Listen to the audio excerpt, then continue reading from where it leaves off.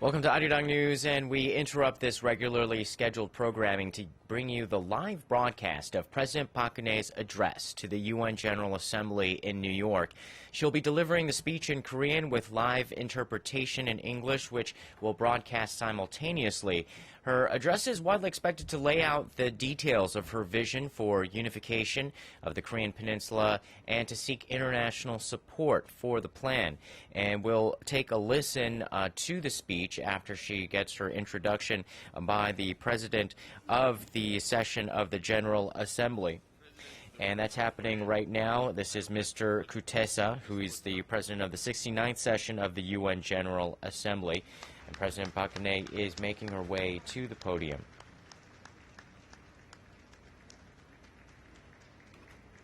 On behalf of the General Assembly, I have the honor to welcome to the United Nations Her Excellency Park Geun-hye, President of the Republic of Korea, and to invite her to address the Assembly.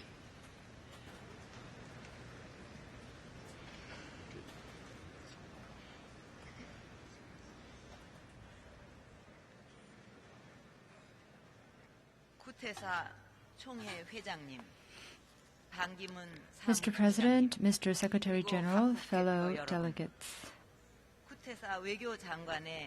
Let me begin by congratulating you, Mr. Kutesa, on your election as President of the 69th session of the UN General Assembly. I am confident that this session will make meaningful progress under your able leadership. I would also like to take the opportunity to express my appreciation to Secretary General Ban Ki-moon and the UN for his tireless efforts to tackle the numerous challenges breaking out across the globe. Next year marks the 70th anniversary of the founding of the United Nations. I am prompted by the state of our world today to reflect once again upon the noble dreams and ideals that inspired the founders of the United Nations 70 years ago. The founders aspired to build a new world that places people at the center. As the opening words of the UN Charter, we the peoples, remind us.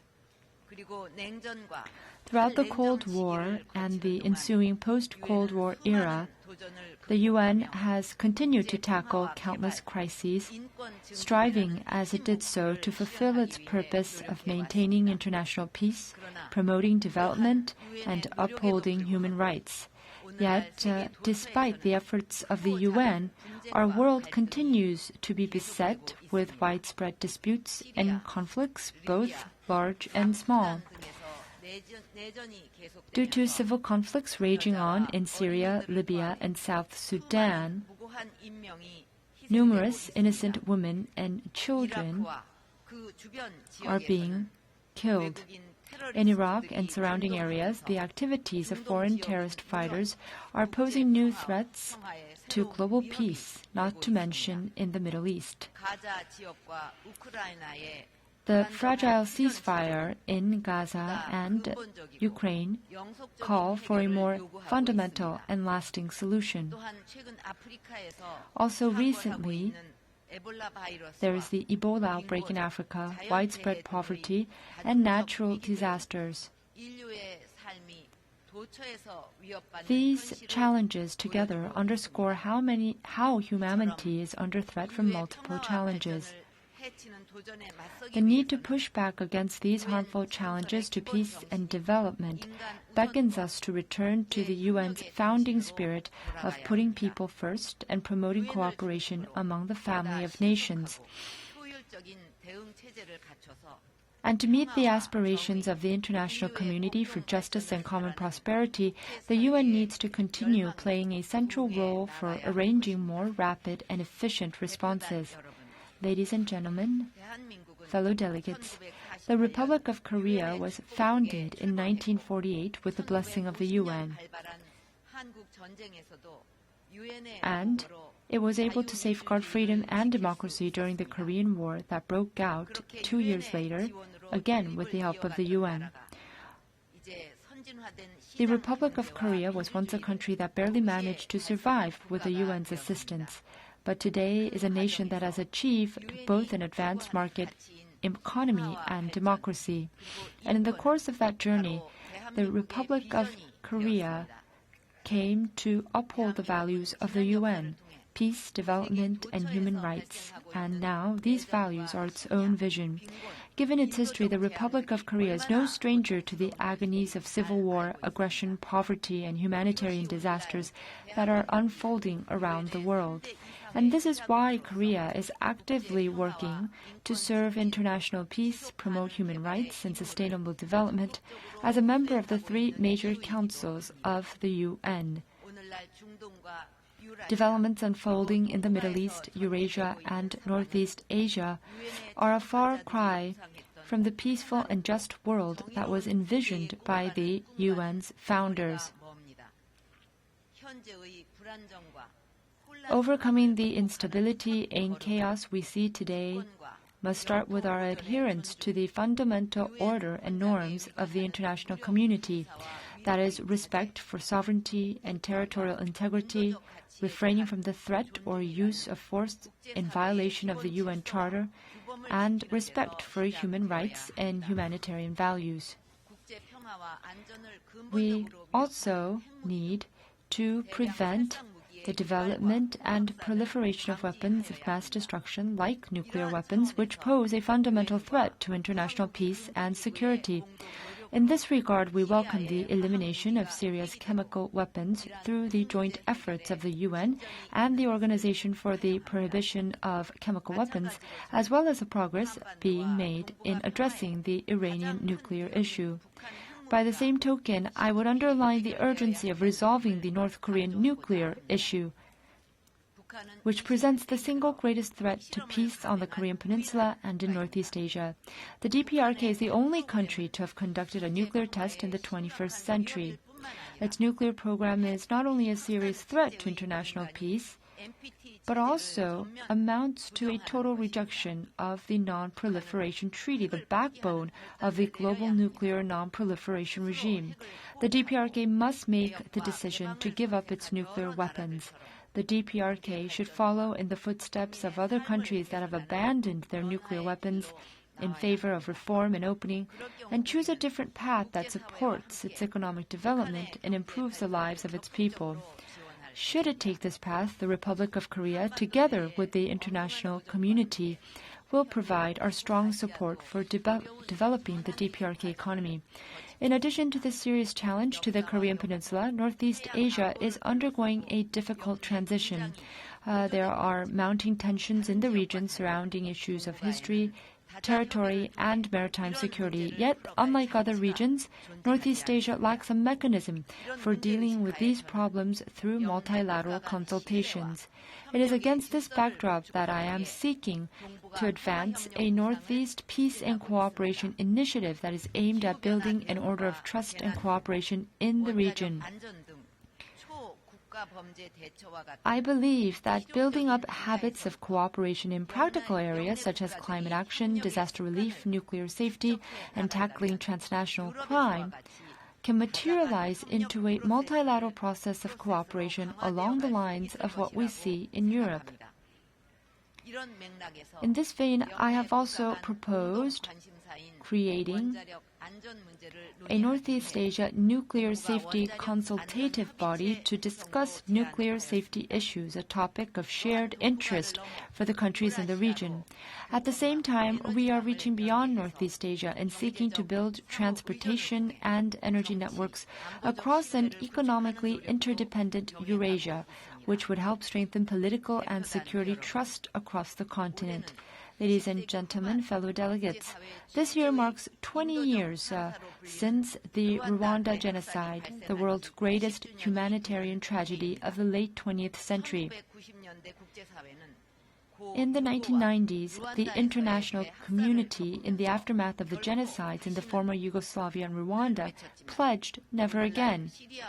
Yet, today, we are witnessing a different type of humanitarian disaster unfolding in Syria and Iraq.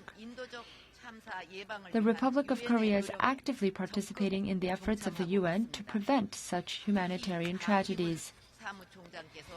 In particular, The Republic of Korea strongly supports the Rights Up Front initiative and open gay policy, which the Secretary General is leading. We strongly support UN policies to protect human rights.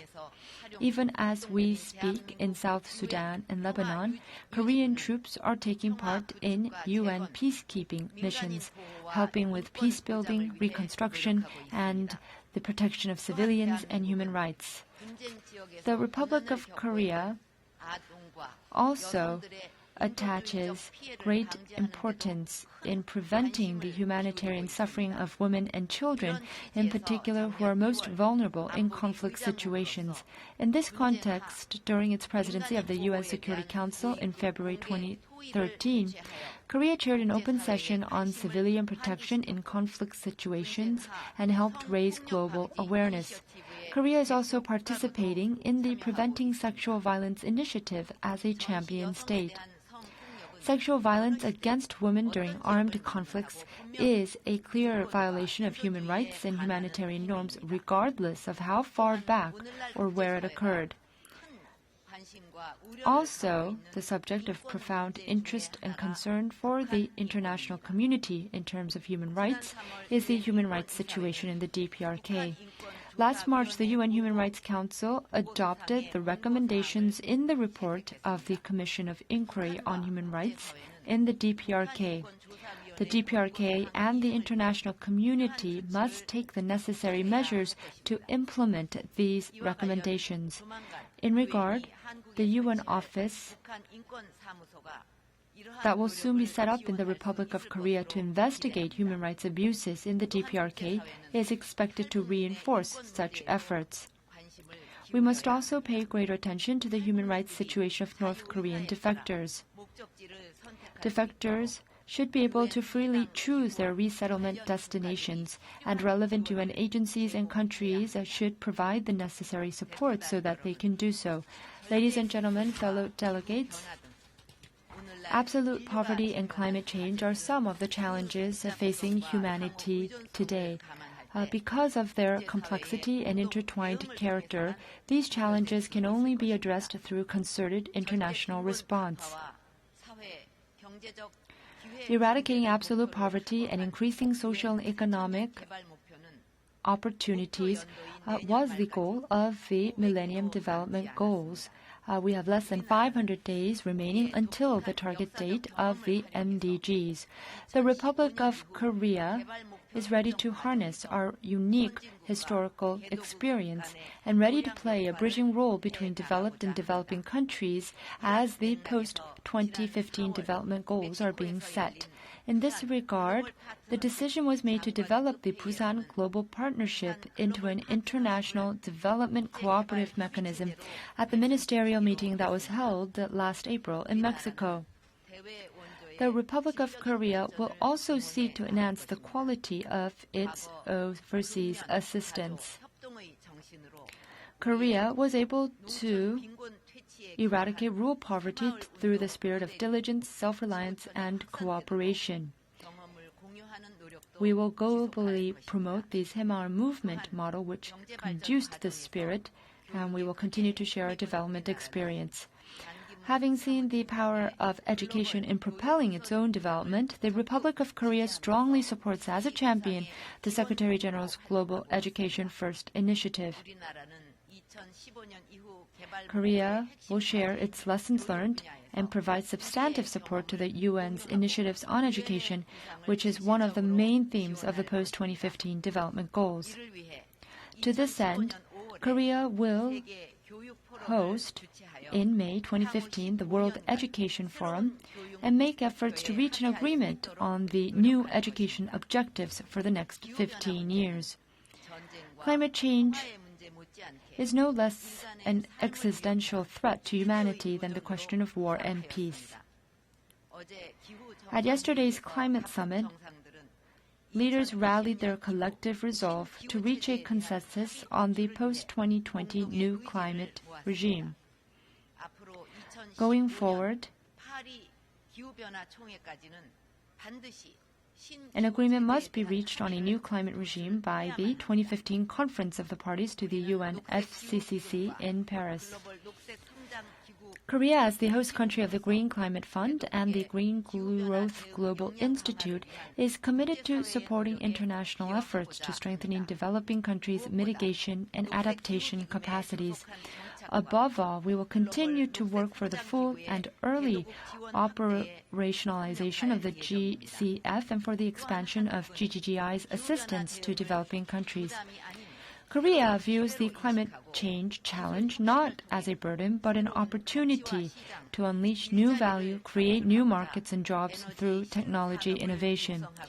We are nurturing new energy industries, and we look forward to sharing the fruits of our efforts with other developing countries. Mr. President, fellow delegates, the Korean people gained independence 69 years ago. But the subsequent division of the Korean peninsula precluded its membership in the UN as a single sovereign state. In 1991, the two Koreas were separately admitted as member states to the UN. However, the two Koreas share a single language, culture, and history, so having two separate seats at the UN is clearly not normal. This year marks the 25th anniversary of the fall of the Berlin Wall. But the Korean peninsula remains stifled by a wall of division.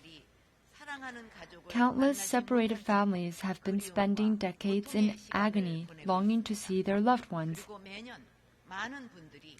And every year, more and more people are departing to a place where they will never be able to see their families again. I call on the international community to stand with us in tearing down the world's last remaining wall of division. Not long ago, I proposed to the DPRK that we build corridors that can connect our environment, our livelihoods, and our culture. In my view, if the peoples of the two Koreas can create a genuine community, a community that can heal the wounds of division and move the both sides forward together, we will be able to help separated families come together, ease their agony, and also share culture. Today, the Korean peninsula is divided by a 4-kilometer wide and 250-kilometer long demilitarized zone. This DMZ was built around the military demarcation line to prevent renewed conflict. In reality, it ended up preventing the exchange of people for some 60 years. But from the stretches of the DMZ would emerge in those decades a treasure trove of nature's wildlife. The DMZ's ecosystem is a testament to the fact that the South and North are part of a single whole, one which both sides should work together to restore.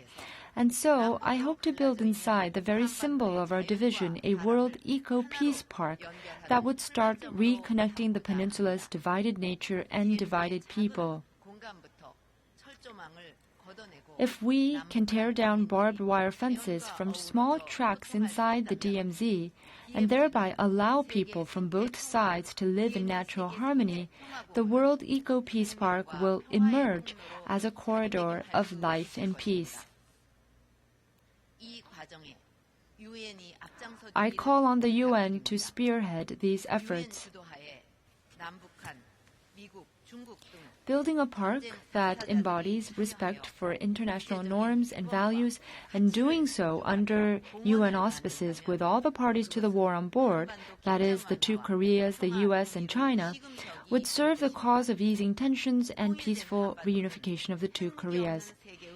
A unified Korea will be the starting point for a world without nuclear weapons, offer a fundamental solution to the North Korean human rights issue, and help unlock a stable and cooperative Northeast Asia. Just as the unification of Germany laid the grounds for a new Europe by integrating Europe, a unified Korea will set in motion a new Northeast Asia. I am confident that a peacefully reunified Korean peninsula will contribute to realizing the founding purposes and values espoused by the UN. Mr. President, Mr. Secretary General, fellow delegates, the founders of the UN looked to the future and planned for a peaceful post-war world, undeterred by the heat of the war. The Republic of Korea is committed to a vision of diplomacy that seeks lasting peace and unification in the peninsula, peace and development in Northeast Asia, and contributes to building a happier world. The Republic of Korea will do its part in the noble journey to ensure that the UN continues to safeguard our common values and cements its place at the center of global governance. Thank you.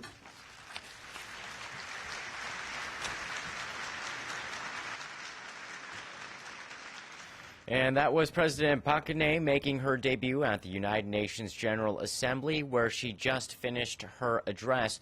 We heard the president focus her speech on preparing for unification of the Korean Peninsula, North Korea's human rights abuses, supporting efforts to fight global terrorism, and taking the lead in tackling climate change, among other issues. We'll have more for you in later broadcasts, and until then, stay with Arirang TV, Korea's only all-English broadcast channel. I'm Sean Lim. We'll see you soon.